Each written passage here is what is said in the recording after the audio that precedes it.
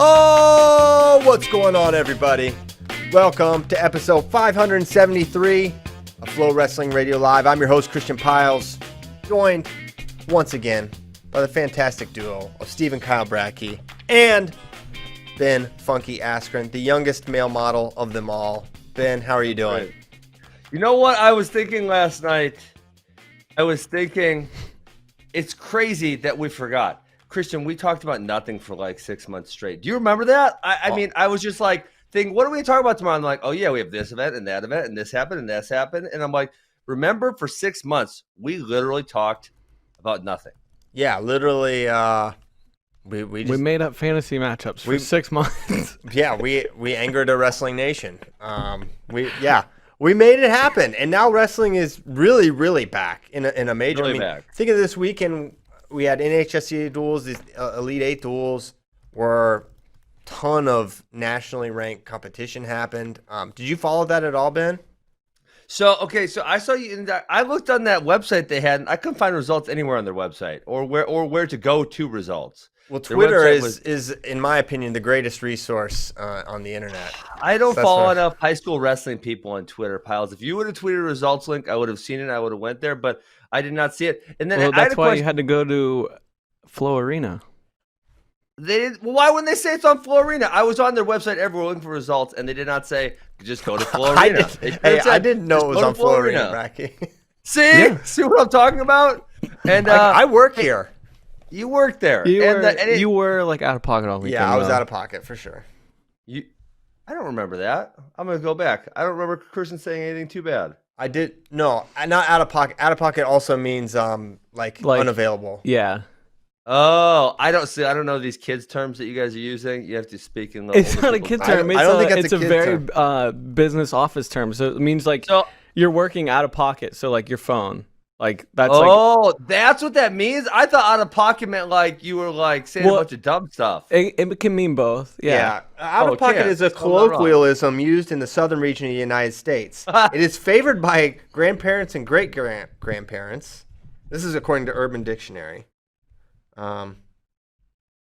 Yeah, well, I did not know this. Hey, and then the NHSCA duels. Those are the ones that usually happen in May, right? Correct. Yeah. And so they just moved them because they couldn't have them in May. Correct. Mm-hmm. In Ocean City instead of Virginia Beach. Got it. Okay. Yeah. So I was kind of following the social media on Flow social media, but yeah, I think the biggest one was, and I didn't realize he majored him, but on the first day Chittum beat Valencia, and on the second day Hamidi beat Chittum relatively badly. I thought that was pretty wild. Yes, so Hamidi beat Chittum and Valencia this weekend. It's pretty good. He should wrestle Paddy Gallagher. Yeah, I agree. We should make that match happen. Does Ohio have a season? Because Illinois doesn't have a season. So, like, I'm sure Hamidi's available. I am sure Ohio's going to have a season because they had all fall sports. Hamidi is super available. Unless something changes in Ohio, I'd be surprised. Hamidi definitely is actively in pursuit of this match. Yes. Yeah, because it makes sense because it's going to – I mean, if Ohio has a season and Illinois doesn't, how's it going to happen? Yeah, I don't – it won't happen otherwise. So, yeah, that's like the – I don't know. I don't know if it's the number one match in high school I want to see, but it might be. It's up there. It's an excellent one. So those were – I mean, that kind of little triangle there with those three is probably the juiciest of it. And Valencia took another loss to – he lost to Fields. Was that this week, Bracky? Yeah. Derek Fields? Yes. He's pretty good, though. He's ranked like third or fourth or somewhere in there. Yeah, I believe he's committed to NC State. But yeah, no slouch there whatsoever. Yeah, Minion Legend beat Team Kong in the finals. And kind of the end is Horn got his revenge on Coppice. So those two just can't stop wrestling each other. So Horn is back up to number one in the country at heavyweight. That's wild. Yeah. A lot of shifting, a lot of movement there at heavyweight class. Okay, Ben, it's Zahid Burroughs week, and the trash talk is ramping up between these two a little bit. Ramping up to like a mild or maybe medium. Definitely Well, not listen. spicy yet.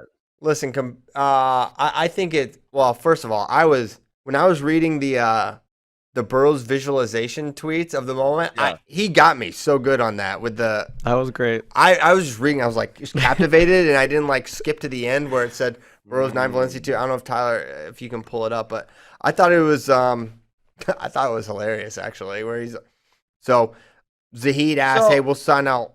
What? Well, the Burroughs tweet was pretty good, not great. Because one of the things in Twitter is like if it's too long, a bunch of people don't read it. It's like Twitter people are lazy; they want to scroll and just understand it in 5 seconds. If he would have made this a video and like took long dramatic pauses, it would have been like such a killer promo video. Think about him saying these words because the words are good, and he says, "Your family at home screams in excitement. You look over the final scoreboard. Burroughs 9, Valencia 2." Like, right? If he would cut a promo selfie, that would have been fantastic. Yeah, that would have been good. That would have been good. No question. So yeah, I thought that was funny. I read that and I was like, it's good trash talk from JB. He's mastered the cool trash talk. He doesn't like go too far. I feel like he finds I think trash talk that wrestling fans are a little more okay with, whereas there's some that I think definitely crosses the line. So I thought it was healthy. Valencia's comeback was relatively weak. Well, listen, what would you say? Okay, Zahid. This is an easy one. What? This is an easy one. I would have brought up a time where he didn't score 9 points, like that time you scored 9 points against Kyle Dake, or right, some match like that, or the match you scored 9. Pick a match like that. That's probably like where you could have came back because his comeback tweet was not great. Yeah, there's probably a Franklin Gomez reference that could be made in there. Oh, see, there you go. Like Franklin Gomez. That would have been a great one. Yeah, because when you bring up Kyle Dake, it's like, well, he did, blank the entire plane at one time. So yeah, it's not exactly a dunk.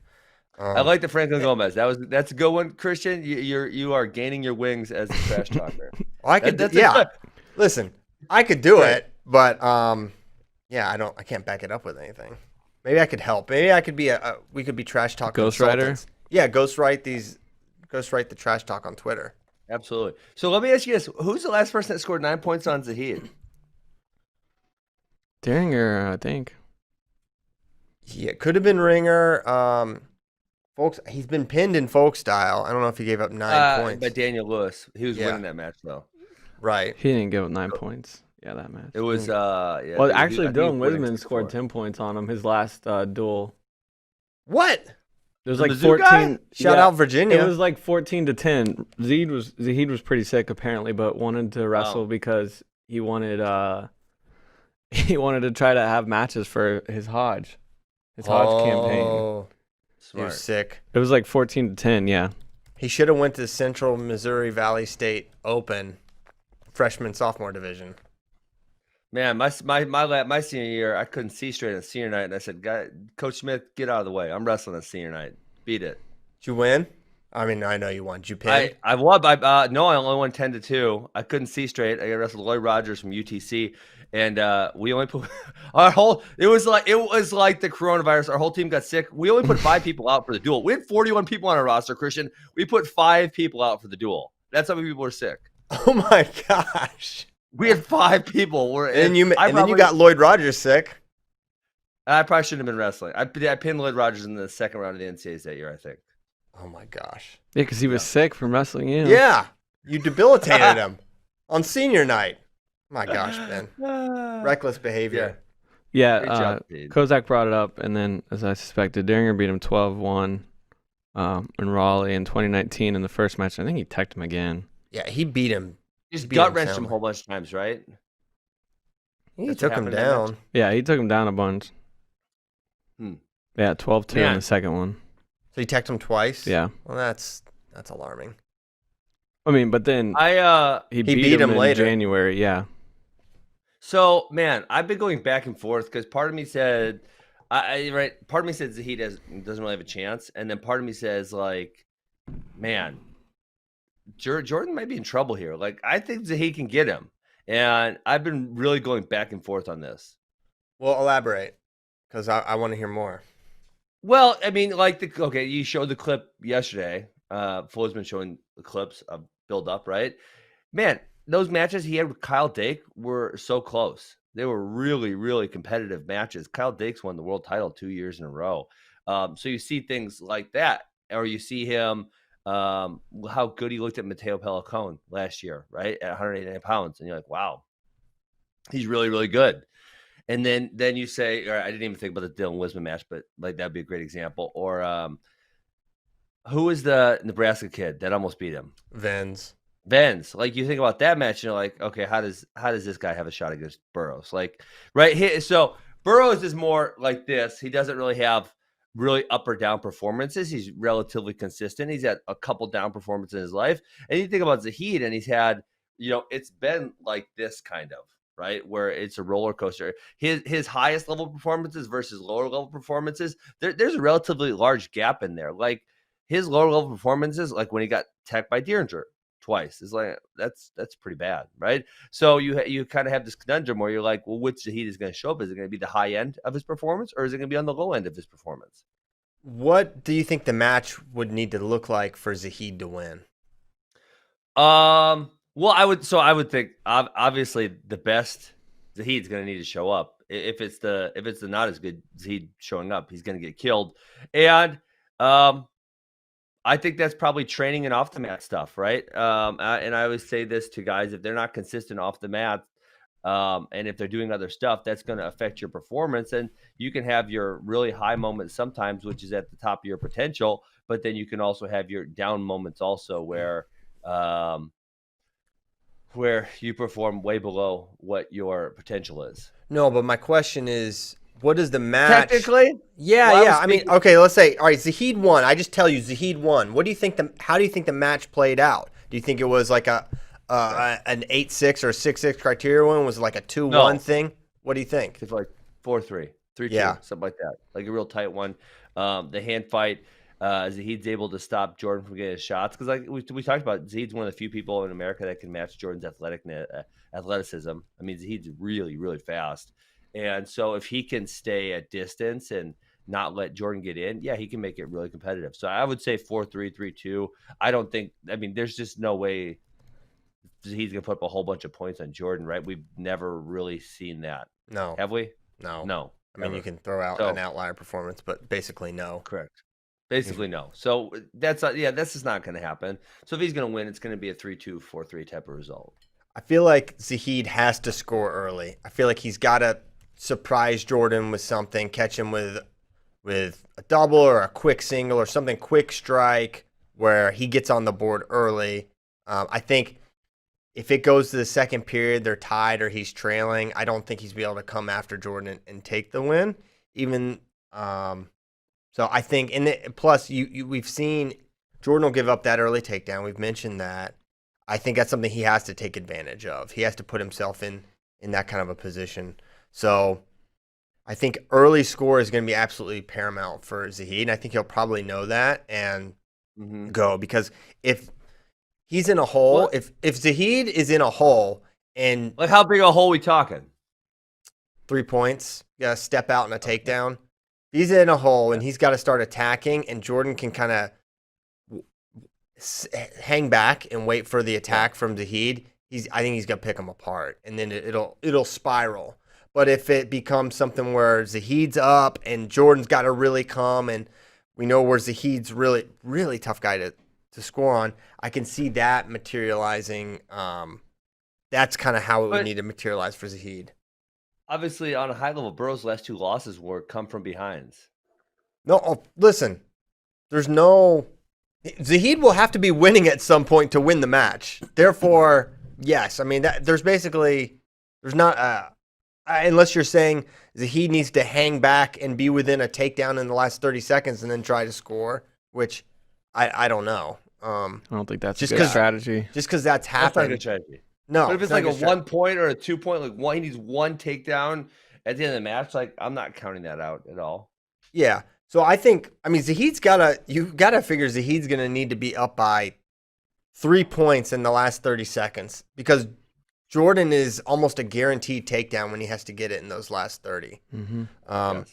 So he's got to find his way to use his size. And the interesting thing is, Jordan is probably, man, no one wrestles the edge better than him in terms of like knowing how to get the step outs and knowing how to wrestle on that. I mean, Dake's really good there as well.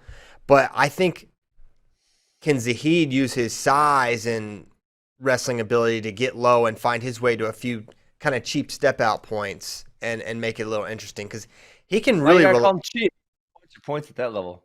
Because they're not cheap. Just like, I don't know, not cheap in that they're not worth. It's just like, you don't have to have this incredible technical proficiency. You can just I disagree. Well, compared to a finish. No, I mean, okay, a finish is harder, but I mean, so go all the way back. I think step outs got put in 05 or 06. And I remember thinking, this sucks. This is gonna ruin the sport because you're just gonna have a bunch of guys trying to push each other out of bounds. Yeah. And now, if you watch wrestling, people are so proficient with the underhook, overhook, seatbelt game on the edge. I mean, it's really fantastic. And Burroughs specifically, that one technique that he uses, and it's like it kind of seems simple to your point. But then you're like, if you tried to do it yourself, this is really freaking hard. The one where he gets up on the hip bone and he's like, he has one drive leg up and one knee down, and he's able to maneuver the opponent out of bounds. Yeah. Like, how he does that is really tremendous. I mean, it's really, really impressive. The way he's able to keep his core strong, keep his neck up, and then really, right, because the other guy's on his feet and they're generally trying to circle or whatever. Yeah. And how he's able to. He cuts him off or something. Yeah, exactly. Find the angle on him. Like, that does take a lot of technical proficiency. And then when I watch the underhook, overhook, seatbelt battles, Iran is especially good here because they use it so much. Man, I'm so impressed by edge work now in 2020 from what I thought it was going to be to what it actually is it's way different. Yeah. And, I think from an output perspective, they can be less just physical. You pay maybe less of a physical toll when you're trying to get them. I mean, certainly there are examples that you really have to fight for that one. But, if you get him standing on a single and you can just back him out of bounds and instead of trying to figure out how you're going to get that second leg with Jordan. But they don't. But guys that good don't guys that good don't go out of bounds anymore, right? They do. There's the Chamizo technique where you go down and then you wrestle back into them. Yeah, which I think Chamizo actually scored on Jordan with, right? At least once, I believe. You guys know what I'm talking about? Yeah, I know the sequence. It's almost like he hits the switch motion. Is that what you're talking about? It's a little bit of a switch, except you go to your knees instead of your butt. So so there's that. If the leg's on the one side, if the leg's on the other side, you got the Batirov technique where you base down and you go elbow into your side. Mm-hmm. Yeah, and I mean, so very few. Yeah, and you seal out and let them climb up and you hand fight out and whatnot. So there's very few people. I'm not talking about at a low level. I'm talking about at a high level, at a really high level, which obviously we're talking about Zahid and Jordan. We're talking really high level wrestling.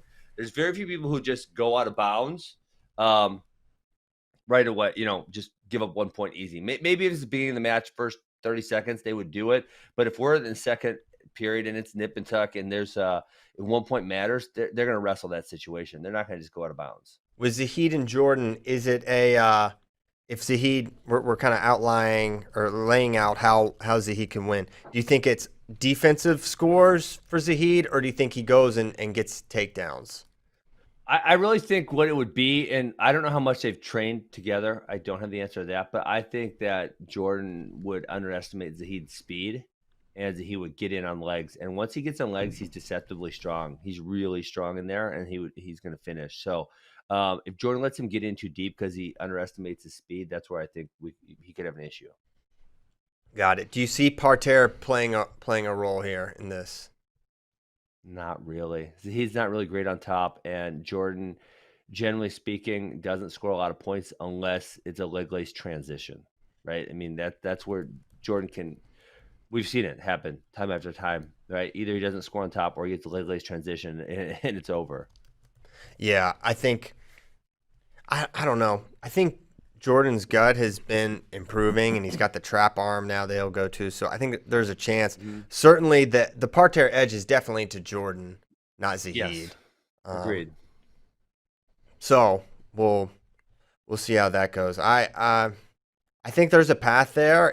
He's going to have to wrestle a pretty perfect match, but I think there is that element of we've never seen him up at this weight, right? And we've never seen Jordan take on this sort of a challenge. And he said this is what he wanted. He wanted a real challenge. And how about Imar got kind of upset at Jordan, which surprised me. I thought that was fair. Why? That's fair. Oh, really? Well, I guess what interpreted. What was the verbiage he used? I can't recall what the verbiage. Do we have the tweet so we can see the verbiage that was used? I hope Imar didn't delete. I was referred to as a quality opponent. That's crazy disrespectful, especially when you took the high road. Especially when I took the high road with your troubles against the scale. No protest, no arbitration, no litigation. April will be here soon enough. So I thought. We're not going to talk about the. I forgot that. Listen, we talked about some tweets. I guess the wrestling Twitter's been on fire. We're not going to talk about the allegations in that tweet because there's some pretty strong allegations in there, Christian. Right. Listen, we all saw what happened. Jordan initially missed weight and then at the end was cleared. So, it's kind of a weird time to bring it up. I thought it was a strange time to bring it up personally. And yeah, it's just one of those things like, I would feel, and I wasn't there, so I don't know what happened. If Imar somehow definitively knows that was the case. And listen, Imar, if he missed weight by a little bit, and wrestling's funny because if wrestling you miss weight, it's by like 0.1, 0.2, right? It's not like the MMA where they're like 6 pounds over. And you're like, what have you been doing? You're 6 pounds over, bro. Like it's like 0.1. So if Imar said, you know what, I don't want to make the world team by some dude missing weight by 0.1 kilogram or something ridiculous like that. That's honorable. That's probably what he should have done. That's probably what I would have done in that situation. No one wants to make the team like that. But listen, those matches, I remember podcasting before that World Team Trials. I didn't give Imar that much of a chance. I kind of counted him out. Dude, he made Burroughs work for it. Like he won the second match. That was a battle. That series was a battle. Yeah, Jordan had to go psycho mode at the end of the first one to even win the first one, or else we're looking at an Imar straight sweep. Yes. Yeah. So my thing with Imar's tweet is I listened to that whole interview and I didn't think that he was disrespecting Imar. I thought he was saying I wanted to go up and get a new challenge, and Imar is a quality opponent, right? Yeah. I think he listen, this isn't maybe me putting words into his mouth, but obviously based on his tweet, I think he just felt like Jordan was maybe being a little dismissive of him. Although he did, now that you mention it, Ben, he did, Bader asked Jordan, are you preparing for anyone else in April? And I think Jordan basically said, he's like, it's going to be Dake. I know it'll be Dake, etc. Which, if I'm Imar, I'm like, listen, I have a better win percentage against you than Kyle Dake does. Now, matchups matter, and Imar, I don't know if he matches up. Imar may match up better against Jordan than Dake, because with Imar's underhook, upper body scenarios. Yeah, he can clear all of those ties, and like, I don't know, for whatever reason, that just matchup seems to make more sense. And if there's a different guy sitting out, who knows? Maybe the team looks different. But and maybe that's why Jordan, and I think it's fair for Jordan to say that. It's so funny because on the one hand, there's the lame answer Jordan can give is like, I'm not counting, I'm expecting anyone. And then there's like the truth, which is what Jordan is saying. The truth is, as far as he can tell, is like, I believe it's going to be Dake. Well, that could be Jordan's perspective on the situation, but that doesn't mean that's not going to rub Imar the wrong way. Sure. Imar did beat him in a match, and he almost beat him in another match. And obviously we talk about how sensitive wrestlers are sometimes, Christian, where we pick a tournament and whoever you didn't pick gets pissed at you. Yeah. And listen, I probably wasn't that sensitive as a wrestler. I had a little thicker skin, but especially when it comes to your opponents, yeah, you can be a little more sensitive to what they say because you're like, come on, dude, that's bull crap. You're being dismissive, and you shouldn't be being dismissive because I beat you and we had another close match. So I maybe I can see both sides of it, right? I can see what Jordan's thinking, and I can also see Isaiah's perspective on it. Yeah. I'm not one to normally engage in this kind of stuff either, which is why I thought it was especially interesting. But so April can't come soon enough. I think. But is Imar going to be fully healthy? Because didn't he just have labrum surgery? I don't know. I thought I saw him in a brace. Labrum surgery in like September or August. That sounds right. He definitely did have some sort of an injury thing that I felt like when we talked to them after he got the Oregon State job, I think he was going to be back on the mat in December. I think he should be good to go. Yeah, I thought he might, and I even thought maybe even November he would be back wrestling. Maybe competition ready for December was the thing. Yeah. Well, sometimes those shoulder injuries take like forever to heal.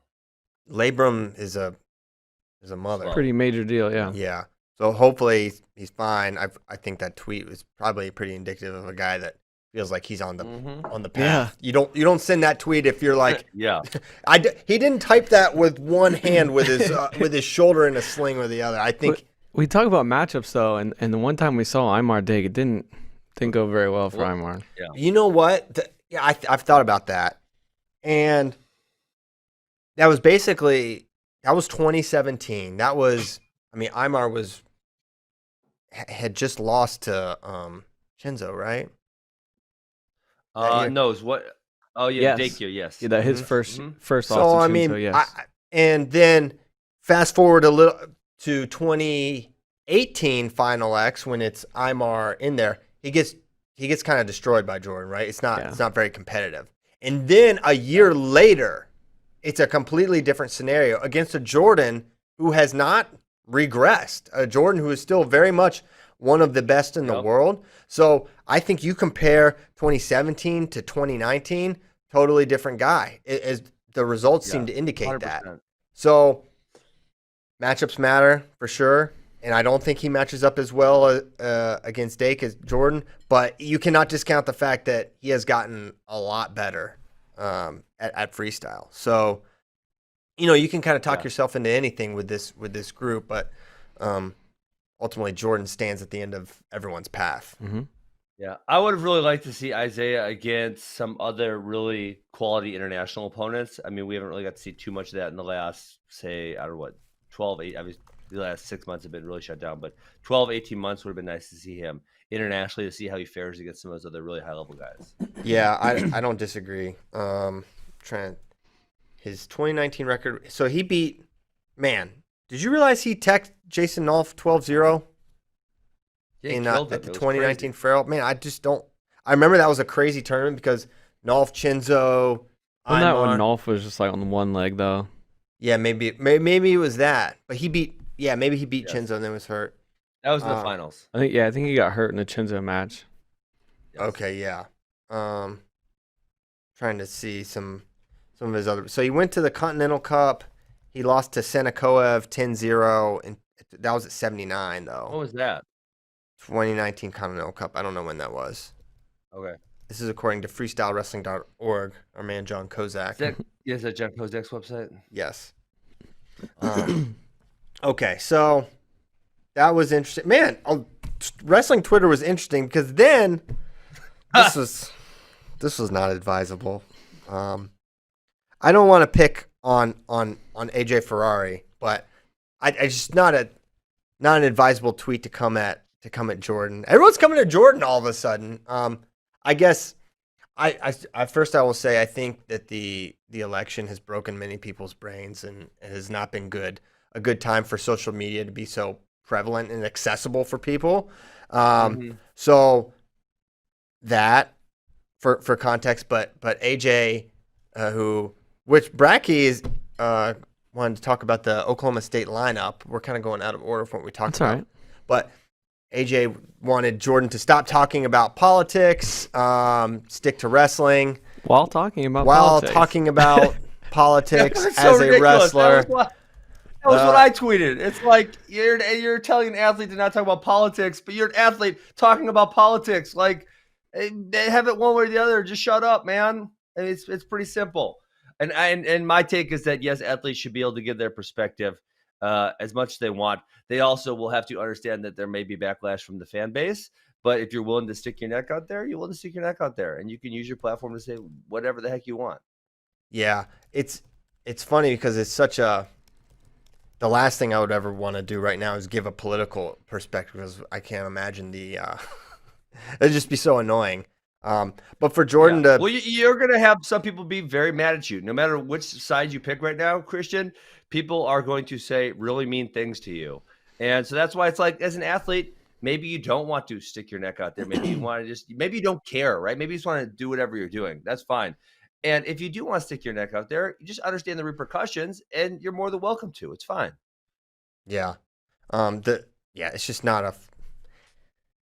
Yeah, I don't really want to talk about politics very much. But I think the most interesting thing was Gable and AJ Ferrari out going back and forth on Twitter. And Gable says, "Don't come to heavyweight with this attitude. Sincerely, your new father."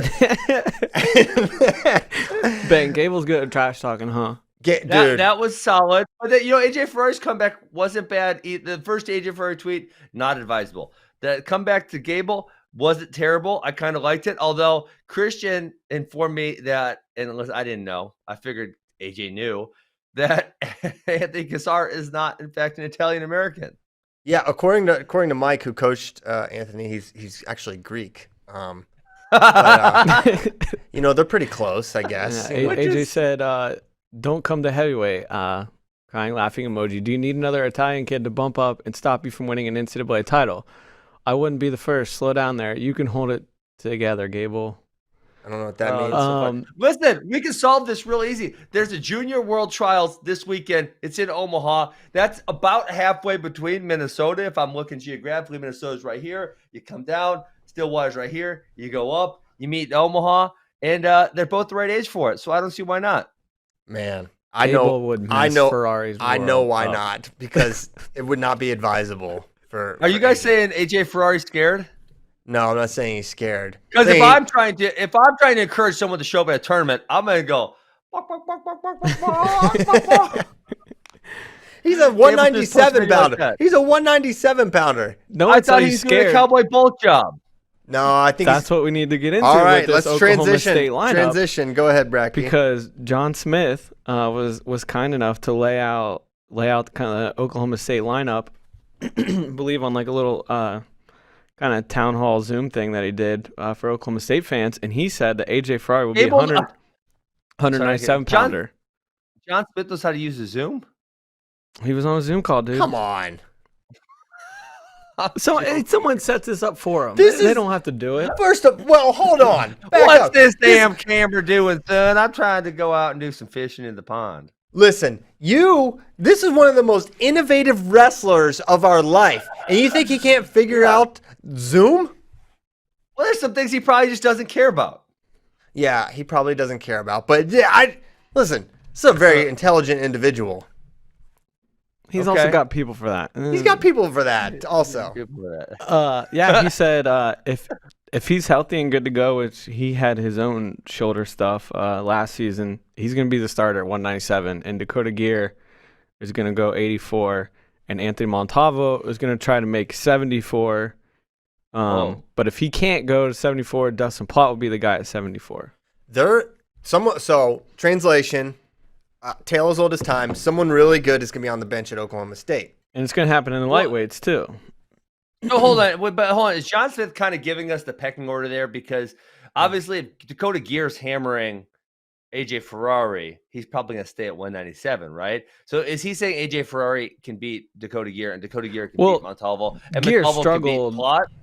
Gear really struggled at 197 last year. He's an 84. He was too small. Too small.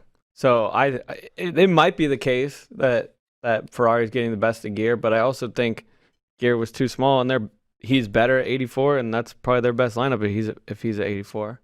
So can Plott not go with Montalvo then? I think he can personally, but I don't know. Because there's no reason to redshirt anyone this year, obviously, right? No, I think man. Plott did miss last year with an injury himself too. So here's my read on 74, 84 for Oklahoma State. Montalvo wouldn't go down, in my opinion, if Gear wasn't getting the best of him, right? And I don't think he'd go down if he didn't think he could beat Plot. So that's what that makes me think, that he's going to try his hand at 174 because he thinks he has a better shot at beating Plot than beating Dakota Gear.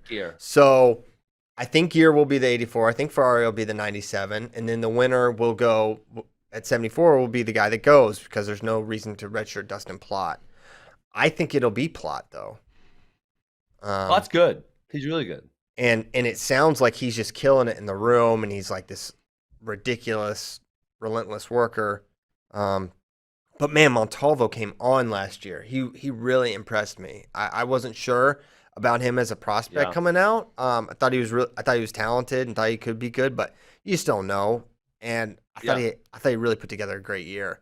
So maybe he won't. I could be wrong about Plot. I'm sort of projecting with Plot a little more, whereas Montalvo is certainly more proven. So but that's just my read right now in Oklahoma State. Got it. They're going to be really good. So talk a little more about the lightweights. So then lightweights. We'll just keep going down. So 65 Whitlock, 57 Sheets, 49 Boo Llewellyn. And kind of the interesting note here is John said that G is going to be Boo's backup, and he's not going 41. Wow. Yeah. So that's interesting. So G just not starting. It's just not starting. I don't know if maybe he's just can't make 41. And obviously, we heard for years that Boo was the guy in the room. He just kills everyone, apparently. And then he was really good last year. Yeah. And he stayed healthy throughout the season, too. So then 41 would be Dusty Hone or Cade Brock. And I know we talked about Dayton Fix at 25, and it does not sound like that is the plan. So, well, let's talk about Dusty Hone or Cade Brock. Is he saying Cade Brock's not healthy, or is he saying Dusty Hone's just better? Like, did he get into that at all? No, it just sounds like whoever's the better guy is going to wrestle. He didn't give any indication who that would be. No. I mean, obviously, we think it's going to be Cade Brock, but we also thought it was going to be Caden G-Fella there last year, and Dusty Hone was a better guy. Yeah. Man, I need Cade Brock. Dude, maybe 2 more years of Cade Brock? Sign me up. I was kind of hoping we'd see him back down at 33. I did too. Because he was just better there at 133. Mm-hmm.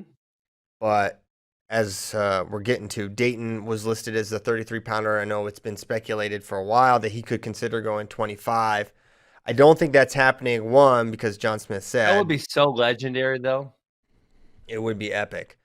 But it would be like the Mark Schultz and Ed Bannock match that just goes down in wrestling lore until some, podcaster calls it a JV match. Oh man, I'm never gonna. Think about the implications of that. Think about absolutely. This guy is gonna come down who's really good, who's been on the world team, who's been in the NCAA finals, who's probably gonna go down as an all-time great, comes down to face another all-time great. Like, that's the stuff legends are made of. And would be the last domestic freestyle loss for Spencer? Am I just completely forgetting something? I think you're right on that. Freestyle. Mm-hmm. Yeah, because he didn't wrestle there for a long time. So he hasn't lost in America in freestyle since 2015 Akron. So yeah, I mean, it would be a legendary move by Dayton if he did it. But what makes me think, I mean, and this could be not a factor at all, but the fact that first of all, Trevor Mastrogiovanni apparently is doing really well, and Reese Whitcraft cutting down to 25. You don't cut down to 25 if Dayton might come down there, because you would stay at 33, because there's a great chance that Reese would start at 33 if Dayton went down.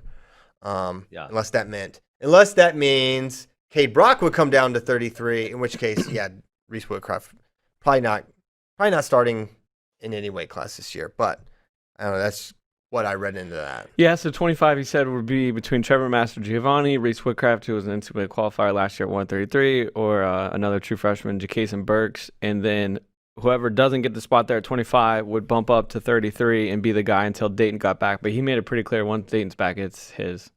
Yeah. Obviously. So, pretty salty lineup. What are your overall thoughts on Oklahoma State this year, Ben? I mean, it looks like a lot of potential, right? A lot of guys who have high ceilings, but at the same time, there's not a ton of guys who have achieved, like a top 3 finish at the NCAAs, right? You have Dayton who's done that, and that's it. And Yeah. if you're going to compete with Iowa or Penn State, you're going to have 5 top 3 finishes probably? Yes. A lot. At least. Yeah, at least. So, I mean, it kind of looks good. Like, okay, you could see, obviously, Master Giovanni or Jason Burks, you can see one of them being really good. Are they going to do it this year? I don't know. Dayton Fix, obviously, proven. Cade Brock has a high ceiling, but we've never seen it. Boo Llewellyn, same. Wyatt Sheets, I'm not so sure about him. Whitlake, again, high ceiling, but he has not been there. Plot, same thing. Gear, right? Maybe not as high of a ceiling, but he's kind of been on the lower AA. Ferrari, who knows? So, I mean, I don't know. Like, you could see this team doing really well because there's a high ceiling on some of the potential. But at the same time, you could see them being way, way, way back of. I mean, I could see that this team going to Iowa and losing 8 or 9 matches. Yeah, that could happen. That could definitely happen. Just because, shut out potentially if Dayton doesn't win. Yeah, I mean, I wouldn't. That would really surprise me if Dayton lost to. Well, who's the other one that's the favorite? I mean, I guess Wyatt Sheets beat Caleb Young last year, but that would still probably be where... regarded as a coin flip match. Whitlake, Marinelli, no. Plot Kimmer, no. AJ versus Jacob Warner. I'm interested, but he's not the favorite. Well, that's more. He's not the favorite because we don't have any information about AJ Ferrari. That's just like, we know what Jacob Warner is. We know how good he is. And we're guessing because really we haven't seen.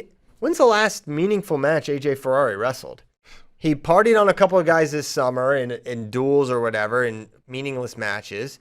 He was injured the majority of last year. He didn't go Super 32. Who's number one? Nothing.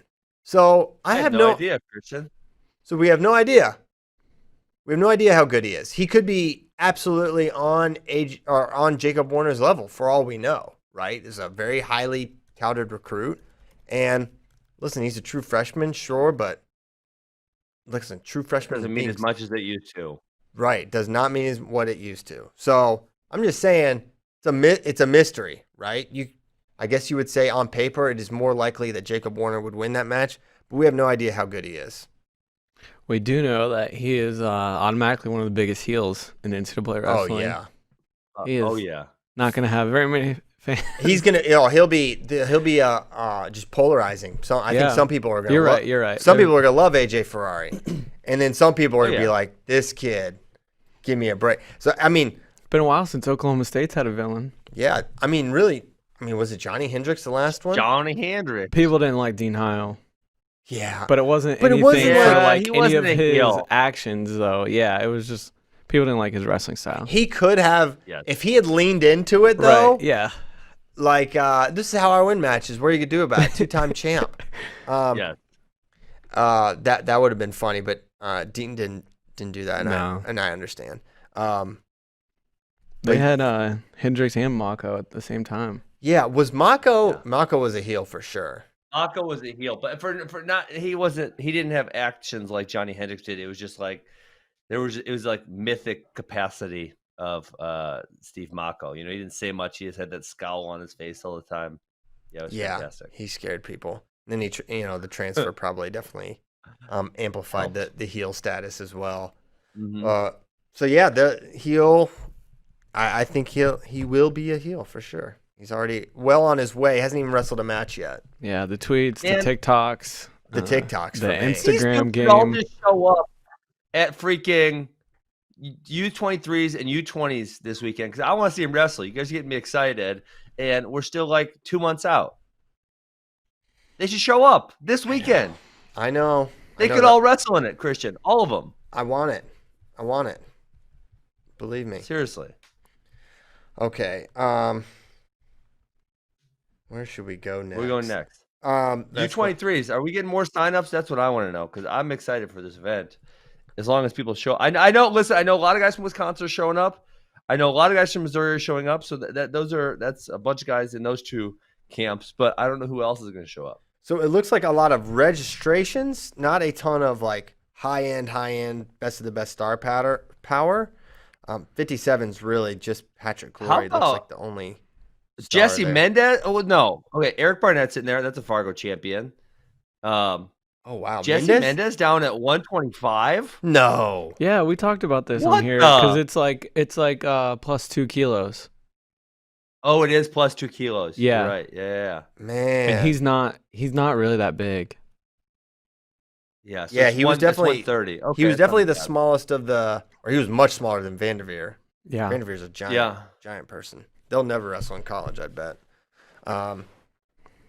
So 61's interesting because I really like Ryan Jack. I think he's so fun to watch. And then that's got Alvarez and Hilligus. Sammy Alvarez? Oh, Yeah. yeah. Nice. Robert Preeson. Who I else we have got? to imagine he's related to Brandon because Yes. he's from Illinois. Mhm. But no Yeah. Brandon Preeson But so- sighting. Man, yeah, it doesn't look like any Missouri entries are on here yet, which I know they're going to send a bunch. I know Northern Iowa's sending a bunch. So, man, Well, I feel like people listen just to have not 65, registered Ben. yet. Listen to this one. Okay. 65. Cody Chittum, Josh Saunders, Victor Voinovich, Anthony Ferrari, Julian Klebo, Jesse Vasquez, Joe Zargo. Joey Zargo. That is just a wild group. Dude, That's wild. Did you say Yeah. Voinovich? this Yeah. is an awesome group. Yes, it's awesome. Totally awesome. Yeah, so we're starting to have some fun now. Let's go. We're having a blast. Who's having more Yeah. fun than us right now? Hey, 70. Joey Bianchi's in there. Aiden Medora. A couple Oh. AWA boys going to make some noise. Not that I'm biased or anything. Oh, you know who else is in there that you didn't call out? This guy, Who? I love this guy right here. You're going to love him too. Bryce Andonian. Oh, I love Bryce Yeah. Andonia. Who are you I talking love to? Bryce Andonian. I needs just to be higher on your completely missed his list. name. He is high on my list. I literally just didn't read his name. Okay. He needed to be Blew placed it, in some Christian. sort of a You blew juice order. 74 Facundo Valencia Olray. I might know someone who's showing up there that might be a favorite. Go ahead. Well, you know who I'm. Is his name who I'm Keegan implicating. O'Toole? Oh, I'm pretty sure. I thought he was showing up. Oh, they just might not Yeah, have entered he's him yet. They Well, if no Missouri guys are in here, then it would. Yeah. Dude, Yeah. I'm Keegan almost certain he's Facundo Valencia. Keegan's winning that, Well, right? if Valencia lost 3 matches at Super 30 or Super 8 or whatever, Super 8 last Motel. weekend, you don't got much of a Elite 8. chance against Keegan. If he's losing 3 matches in the Super 8 parking lot, he ain't got much of a chance, bro. Oh my gosh. You're right about that. Yeah. If he's That losing ain't gonna go well. To the the Phantom Outlaws. undersized Cody Chittum, he is not beating Keegan. Keegan, no way. How much better Oh, would you man. say Keegan has gotten since maybe a year ago when we saw him at Who's Number One? That's an interesting question because I didn't get to see him a lot against college guys at that point in time. So it's very, very difficult to make a guess there. Wow. All right. Yeah.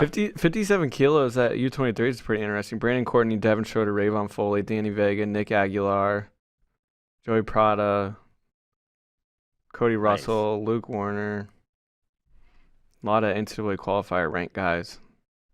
Hey, remember Nick Soto? Yeah. Chattanooga strong. There's a Nick Soto registered at 97 kilograms. I don't think that's him. It could not. It says he's from Texas. I don't think so. Can you imagine? What if it was Nick Soto and he's like was a 25 pounder now he's at 213? You guys got to 61. assume. Go ahead. Wait, hold on. Nebraska's not really in here. You got to assume they're going to register. They're 55 minutes down the road or something, right? You would Yeah, I would imagine. assume so. People just don't like. So you're going to registering. assume. Yeah, you're going to assume them. You're going to assume Missouri. Yeah, I got to assume these brackets are going to be really tough within the course of a couple weeks here. Hunter Katka at 125. I'm excited to watch him. hmm Another. I meant a couple Hokie. days. You guys didn't catch that. I said a couple weeks. I meant a couple days. Oh, sorry. They That's- could register in a couple weeks. They just might miss the They, tournament. they might miss the tournament. That is that would be the risk they run. 61 U23 is Mickey Philippi, Ian Parker, Taylor Lamont, Colin Michael Girardi, Kolioko. Todd Small. Yep. Todd Not Sorry. Small. That'd be a That's good his- one. Todd's name is Todd Not Small. Yeah. Remember that.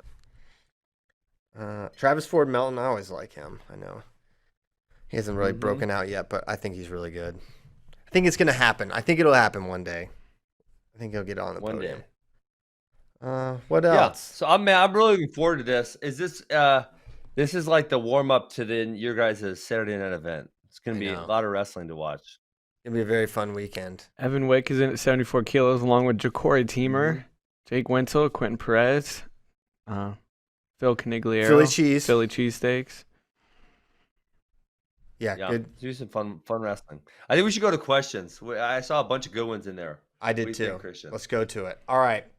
Well, the first one, so right here from Ces Antista. How can we expect to compete with the Russians when they are learning freestyle savviness at such a young age? I love folk style. Saying we'll never get there unless we change. I just don't agree. I get it. I get the argument, but I don't agree. And I will just say that in 2017, Team USA won the freestyle world championship.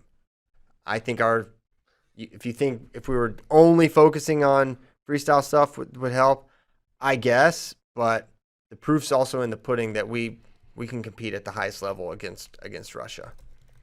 Yeah, I agree. And it's we've talked about this. We don't need to outline it probably all that much more, but there was a few things that have been happening recently that made America much more competitive. The RTC system has been fantastic, and then just the amount of money. So guys are sticking around much longer, is making us both our high-end talent stick around longer, and it's making the weight classes deeper. Yes. And that's a really, really positive thing. So, yeah, I think America's on the upward trajectory right now. I think that's pretty obvious. I think maybe it would help a little bit, but it's hard to put an exact metric on that. Yes, I agree. Okay. From Ashley Clark. If JB wins, will he consider moving up a weight? Should he? Well, AJ Ferrari better hope he doesn't want to move up too many weights. I already said what I think about this. That would be awesome. Yeah, Ben is convinced that Jordan is moving up. I think it's lunacy. No, not convinced he's moving up. I'm saying he wants to test the waters and see how it goes. And hey, man, if he put it on Zahid and then he beats David Taylor, he may just move up. I don't think that match is happening. Do you? Unfortunately, it does not seem to be that way. Because I was really excited for it. I was surprised it was going to happen. And then, they got our hopes up. They let us down. You let us down, Magic Man and JB. You let us down. Challenge Brick. How many times has Ben Askren say "listen" in an episode? I'm glad they point this out because I had this one thing where I was saying "right" a lot, and my wife called me out on it, and I think I've mostly gotten rid of it. I didn't realize I said "listen" a lot. There's just some things that maybe become like, "Listen." Damn it! There I said it. It caught me. Okay. How do I say this? I'm on air like 7 hours a week between all my podcasts. So there's going to be just some things that start happening. And I did not notice that I said that word a lot. And now that I've noticed it, or someone noticed it for me, I'm going to have to pay attention. And it's going to be super annoying if I can't break the habit. Yeah. I wonder if I have those. I'm sure I do. Have you caught yourself with any of those? Well, I used to listen to every show twice, or I do the show and I would listen back. Really? Yeah, I used to. Now I don't. Just like time and stuff, and So I don't know, but I used to pick up on things I would do. I'm like, okay, don't do that, do this. But now, who knows? And Rocky doesn't tell me, so. I can't think of any. I do say the Have F you guys word picked up all on the me time. saying that word a lot? Yeah. It's like you say listen when you're like right before you're about to make a point, like you're like listen, blah blah blah blah blah blah blah. Yeah, you do it a lot. So it's one of those things where you can use it. You can use words a little bit, but if you start using it too much, it becomes really annoying. And now, especially the fact that this man pointed this out, and now people are watching this, they're gonna be paying attention for me saying it also. Then they'll be annoyed that I'm saying it. Yeah. So I gotta stop. But I think listen is not that bad, but some people put the you know what I mean? You know what I mean? Like at the end of that one, like Mako. Mako's like a big, you know what I mean? You know what I mean? Yeah. Scotty Winston, I think he had one of those. That's kind of a throwback guy. Throwback. Maybe it was a Jersey thing. You know what I mean? Real quick from YouTube, Joe Allen said, whoever the podcaster was, it said Schultz versus Bannock was JV should be shot. Wow. So So we know that Homicide on guy's. Christian Piles. So we know that guy's. Well, I So didn't. Fortunately, we're gonna I put lived. that guy on a list. Item 1. I did not say that. Pull the quote, Ben Askren. Item 1. Pull the quote. Christian's address is 1611 Prairie Road, Austin, Texas. I did not say it was a JV match. Maybe I did. I'm gonna go back. I don't think I did. I'm gonna go back and listen. I'm gonna have the quote for tomorrow. I'm gonna have the clip. I actually have marked down what episode it was because I've been meaning to do it. You I do? just have it. Yeah, it was like 472, I think, or 472. Yeah, we've been. Wow, Sounds about right. we've been doing this for a while. Right. But yeah, I'm gonna go back. I'm gonna get the clip. We're gonna play it tomorrow, and we're gonna make a ruling. Yes. Okay. Wait, Yes, Ben, you're not on tomorrow, right? No. I'll be Asian flying. Let's see, sensation. where will I be tomorrow? Let's see. So I leave at 6:30 tonight. So 8 a.m. tomorrow. You know what? I might be in the airport in Doha, Qatar. So maybe I'll hop on if the internet's good. Never know. All right. Well, that would be Tell people where you're going again. Or So can I'm going you? to Singapore. Yeah, I can. They've announced. Okay. I'm on the Asian Apprentice. So I'm going to Singapore. Here's my question. So I was explaining to my dad and brothers about this, and they're like, "Does he speak the language?" I was like, no, I don't think he does at all. I guess they just translate. No, guys. No, Singapore's language is English. Oh, really? Right? So it's based on. Did you know Yeah, that, it's based on Bracky? Singapore. The national language is English. Everything's in English. It's very easy to get around. I'm sure it is going to be distributed in other countries. So I'm sure they're going to have subtitles or something in those other countries, right? It's going to be distributed all around Asia. So I'm guessing there'll be How subtitles. many Asian countries are English? Like English is their primary language. I believe Singapore is the only one. Okay. But it's funny because I feel less depending dumb now. on, well, depending on where you go. So like if you're in Shanghai, I feel like there's quite a few English. It's a pretty cosmopolitan city. There's quite a few English speakers. But if you're in like Phnom Penh, Cambodia, or Jakarta, you're not getting any English whatsoever. It's like you can't do anything. You have to use your hand to point stuff out and whatnot. Okay. Yeah. Oh, that's good. Also, I wanted to make a point. I thought this was the case, and I was just checking on it really quick. But the Priest mentioned in the E23 registration, he is number 1 at 125 in D3. Oh, snap. What a beast. Yeah, in the D3 rankings we just dropped yesterday. I bet he dumps people all the time, just like Brandon. If they're related. And if wrestling moves I believe they are genetic. brothers. I believe they're brothers. Okay. Will trash talking to sell views turn wrestling into WWE? Where's the happy medium? I When it's wish. genuine, it's great. I wish it did. They would but be when- millionaires, Christian. When guys start faking, it's cheap and tacky. How do you know what faking is? Well, come on. You can't tell when someone tries to be like a McGregor or whatever. It's really cringy. It happens all the time in But MMA. listen, when they try and they're not good at it, yeah, it doesn't look good. Just like when someone tries to be good at wrestling and they're not good at it, it doesn't look good, right? Okay. But McGregor, so the best trash talkers, here's what they do. They amplify their own persona, Mhm. okay? They amplify it. And in wrestling, what most wrestlers do is the opposite, right? They take their personas here. In MMA, they would amplify it because they realize it makes them more money. In MMA, they would tamper it down, right? They would tamper down their own personality because having a personality in wrestling is shunned. Now it's becoming more and more acceptable in wrestling to have a personality, to say things, but we're not there yet. It's still kind of like looked down upon to say things that are outlandish, to do things to say you're going to whoop your opponent or something like that. That is still looked down upon. And if people look down on WWE, listen, I wish that our top 20 guys in America made $1 million a year like they do in WWE. I wish that was the case. If we did, people would probably never, ever quit wrestling. And there would probably be a lot more wrestlers in America. So listen, I hope it does catch on. I hope guys get good at it. Are they going to be good at their first attempt? No.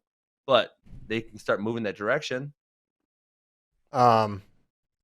Yeah, I think how many, take WWE out, how many really good trash talkers do you think there are in MMA? I feel like most of them are kind of terrible. There's a handful that are really, really good, but there's still way more, even in a mid and or low level, there's still way more back and forth than because listen, in MMA, in the UFC, and you guys could try doing this if you want. In the UFC, they put you in a room. So fight week, right? They fly you out on Tuesday, your fight's on Saturday. they send you to a room and they ask you questions about Christian Piles. Hey, you're going to fight Christian Piles. What do you think about it? And they will literally just kind of like incite you to say something. And if you don't do it good, they're just going to ask you over and over and over and over. They want their freaking soundbite, Christian. They want it, and they want it bad, and they're going to get it. And so the UFC has a model behind it, right? They understand. And wrestling doesn't have a professional promotion right now, right? Flow has promoted some cards, but Flow has not said, this is what we're doing. We're going to do this 24 times a year or whatever, like the UFC's done. And the UFC knows what they need to sell pay-per-views. Listen, they don't try to get those sound bites for nothing. They try to get those sound bites because those sound bites get people interested in fights, and it makes people more likely to tune in. Right. No, I understand it. I just think, man, there's not a lot of guys in MMA that actually impressed me with it. So, and I wouldn't want it to be cringy, but obviously I'm not opposed to some of the trash talk we see. Okay. But Christian, you know the numbers. Like your heart right now is saying like, I don't want to see these guys be jackasses. Mm-hmm. But your brain is probably saying, well, I see the numbers and I see the guys who talk and I see the numbers they get, and they're better than the guys who don't talk, generally speaking, right? If we compare the same competitive levels, you compare them with their contemporaries, they do better. So yes, we do need some guys to talk, and we need that to become more acceptable in wrestling if we want to become more. I don't know. Mainstream is not the word I want to use. More viewed, more watched, more able to be a business in and of itself. Yeah, but I could easily counter it with Spencer Lee is one of the most popular. Dayton Fix, Nick Soriano. Nick Soriano's a big personality, but find some trash talk among those three guys. But so and so I wouldn't argue that you need specifically trash talk. You need personalities, is what I would say, right? And Nick has his little thing. DeSanto doesn't say anything, but he has his thing, right? There's something about him. And because there's so few personalities in wrestling, people gravitate to those people. And what I would say about Spencer and probably Dayton is like with those type of programs, Iowa, Ohio, Oklahoma State, like the really, really power pros, you're always going to have like a favorite, right? And they may or may not say things, but that program and that fan base is going to push those people to the top because they're the biggest fan base and because they want something to cheer for and they want to hang on that person's every movements and every actions. Right. And you can look back at that. If we go over the last 20 years, whoever is Oklahoma State or Iowa's choice as their fan favorite is probably a top 5 personality over the last 20, whoever it's been, right? Whether it's, we go all the way back to Johnny freaking Thompson, right? Johnny Thompson, then Johnny Hendricks, right? And you could just kind of go through the trajectory of who their guy was. And it's whoever Oklahoma State and Iowa State's fan favorite is probably a top 5 personality in wrestling. Yeah. Spencer, and then before him, Metcalf, and so on. Yeah, you're probably right. Ramos probably. Gilman was the top 5. It was probably Ramos was the top 5. Brent, Ramos, Gilman. Now Gilman you could say sure. Spencer DeSanto. Yeah, and so whoever the favorite there is always going to be a top 5 personality because those fan bases are so large. Yes. Okay, next up, this is a funny one. Got into an argument with my junior high kids today at practice, and there's a picture. There's a visual element to this. Is this a bar or a wing? So it's both. Yeah, it's called both. But I learned this is just called an arm bar when you would bar the arm. I don't know if Tyler's pulling it up for the visual component. But you know what? Something that people say. Have you guys ever heard someone? So if I got a bar in a wrist. I've heard people call the wrist a bar. You ever heard that? No, that's wrong. I've heard that. I was like, that's not a bar. I've heard that.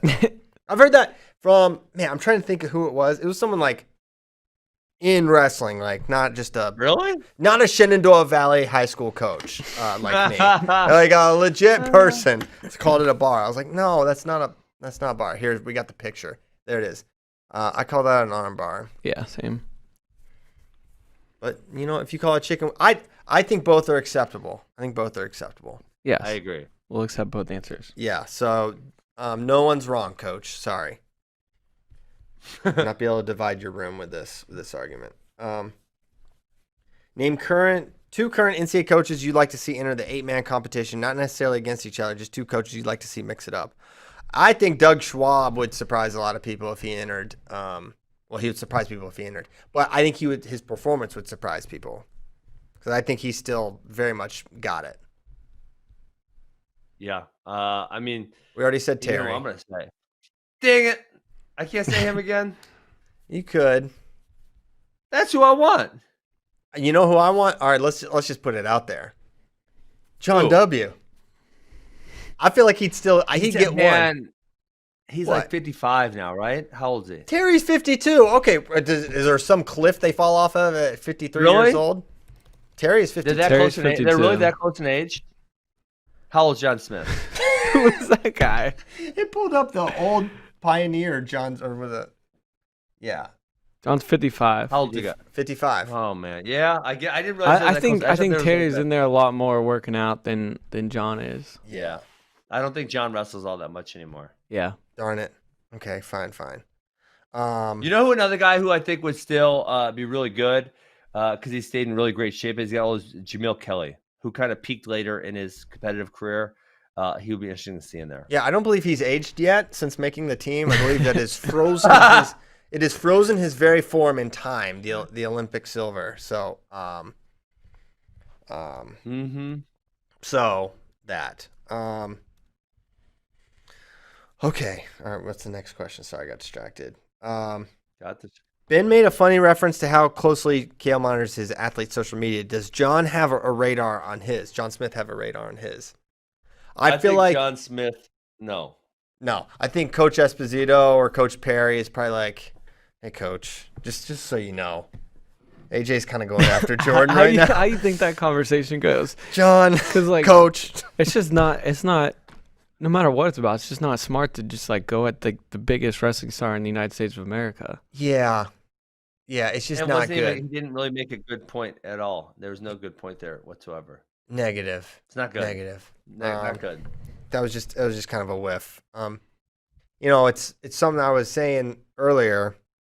I think about having social media at a young age. I mean, all the time these NFL guys get drafted and then their tweets from like 2013 get pulled up and they're I saying hate some that when they do that. Oh, I do too. I think that is. Yeah, they're sending tweets when they're 12 and you're using it to. It's gross. Yeah. I agree with that.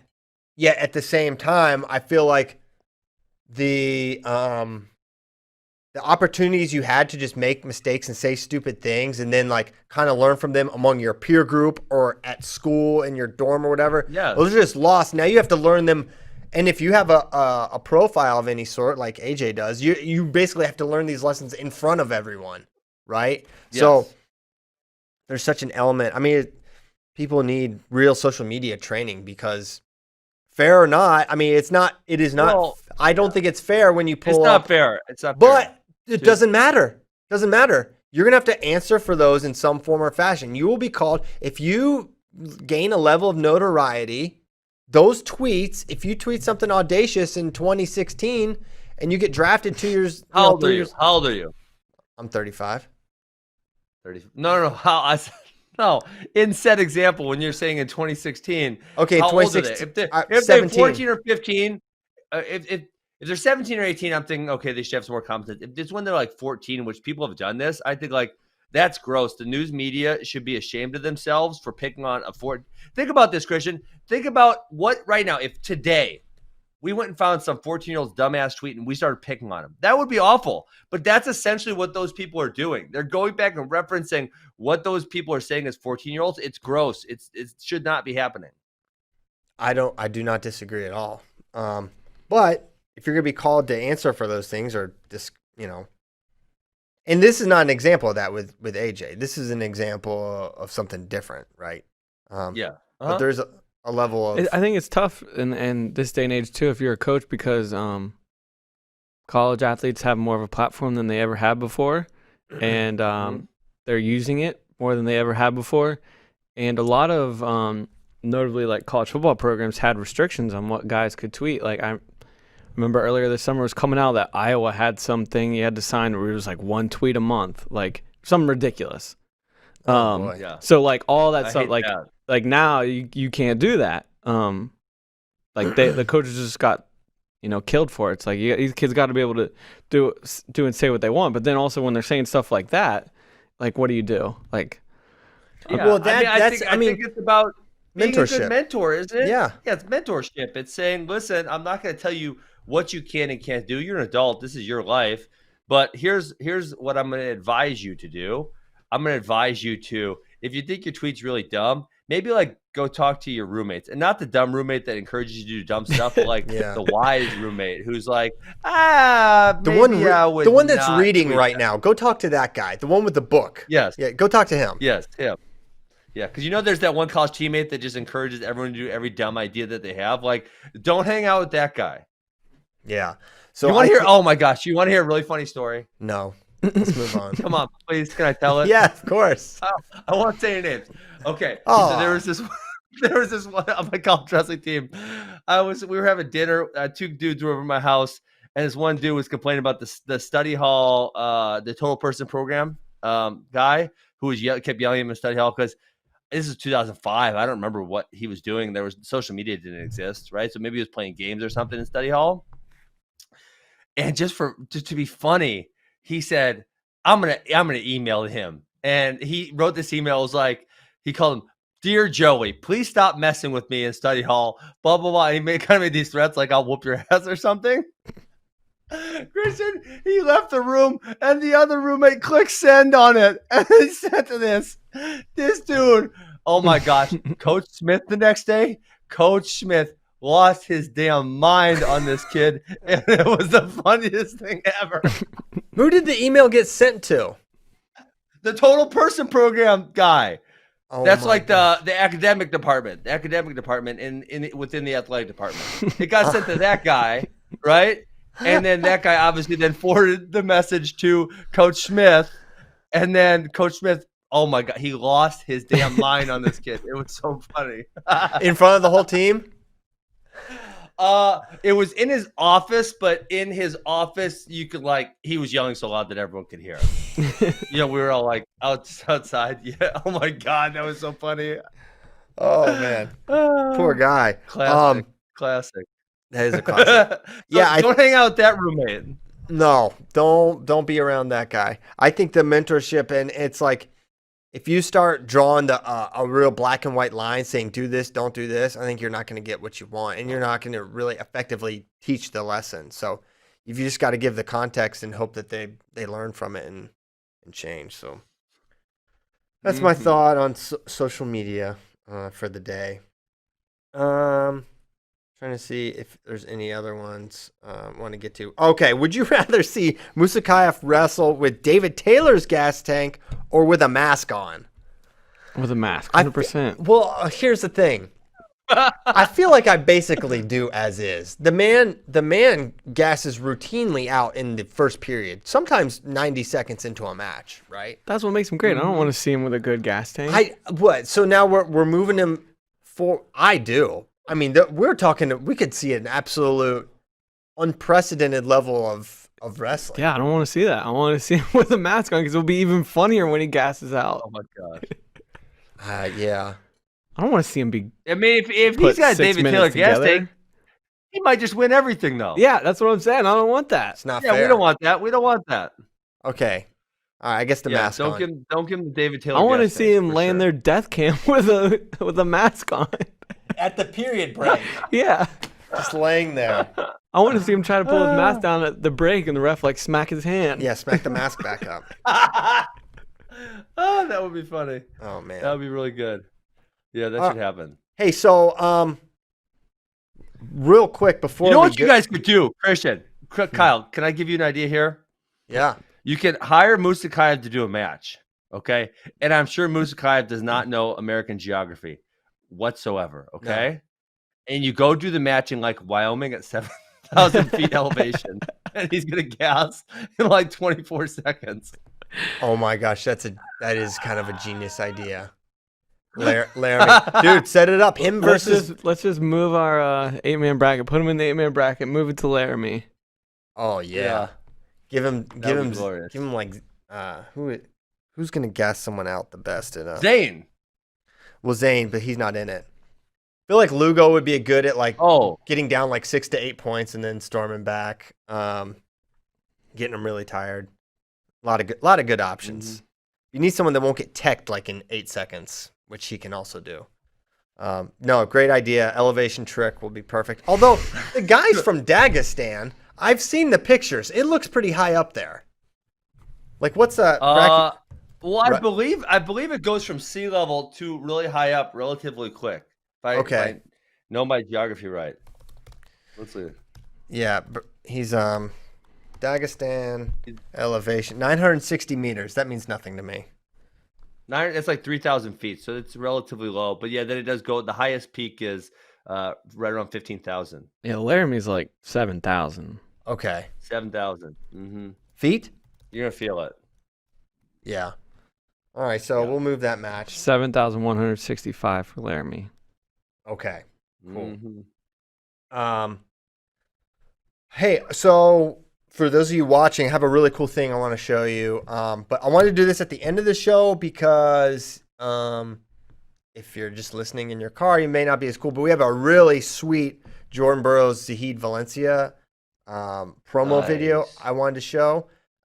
Just kind of play it right here at the end, and then we'll go, and you won't hear from us again. We're just gonna play this video and call it a show. But Ben, you're gonna like this video. We thank you guys so much for listening. Please enjoy this. I think maybe for the first time ever, this Jordan Burroughs-Zahid Valencia promo. And you don't even have to play the music. Zahid is not too big. I'm strong, I'm fast, I'm confident. The better wrestler will win.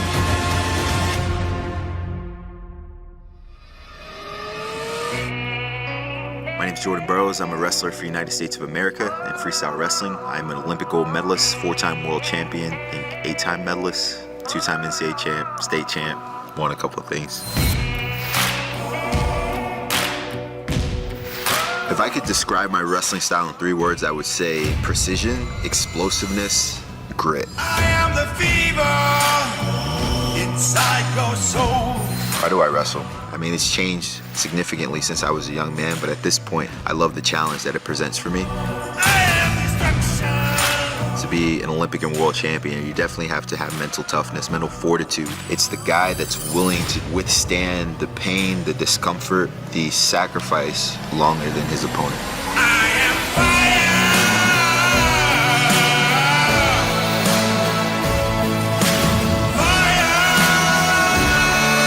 November 14th, I'll be wrestling Zahid Valencia. A lot of people have forgotten how good he is as an athlete. If not for the failed drug test at the Mateo Pelicone, he'd be regarded as one of the best wrestlers domestically and one of the best athletes in the world.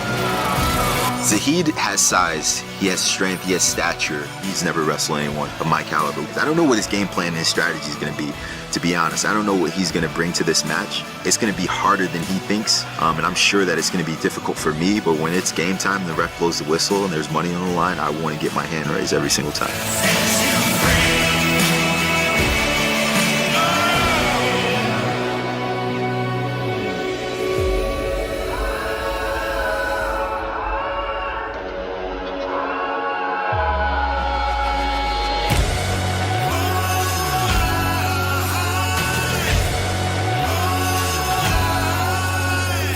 My name is Zahid Valencia. That first day, I shed a lot of tears. I went down to talk to my fiance, and I was just like, why? His college career is over, he's gonna be downhill from here. But it never crossed my mind that it took away my dreams. I'm the best. Someday you're gonna wake up screaming. Someday you're gonna pray for more. Realize that you're not dreaming. All of us gotta have something more. I would say my wrestling style is, constant pressure, movement, trying to get the angles, hands-on, just trying to tire out and break my opponent as much as possible. So right now I'm just focused on one style to stop, one style to do anything that I could on Jordan.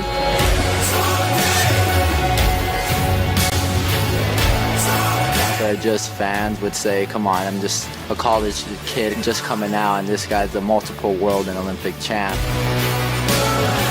You know, I made a mistake, and I've learned from it, and this has molded me to become a better person. You know, taking out a world and Olympic champ, and these are the kind of goals that I want for myself. The things that he did in his career now get a real chance to achieve my dreams.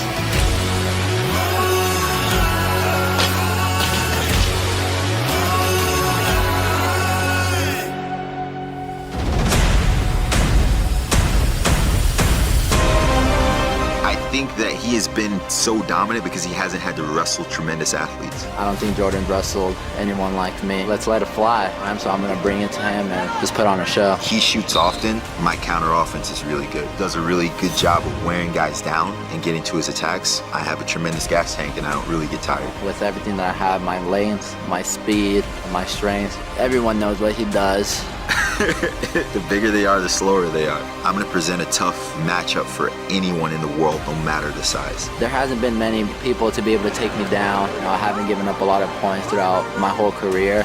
I'm planning on going out there and attacking, shooting, scrambling, wrestling as hard as I can through every position and see if he can hold up. I know when I get out there, as soon as I get in, you know, I'm getting my points no matter what it is. Dumping him for 2. I'm planning on getting taken down in this match. No, I'm not going into this match to get beat. I'm not going to get scored on. I'm going to dominate. Like, let's just throw all caution to the wind and let's just wrestle. I've been put in these type of situations. I have to sit in the center and hold my ground and not give up any points. And I've done it over and over again. I don't think it's any different.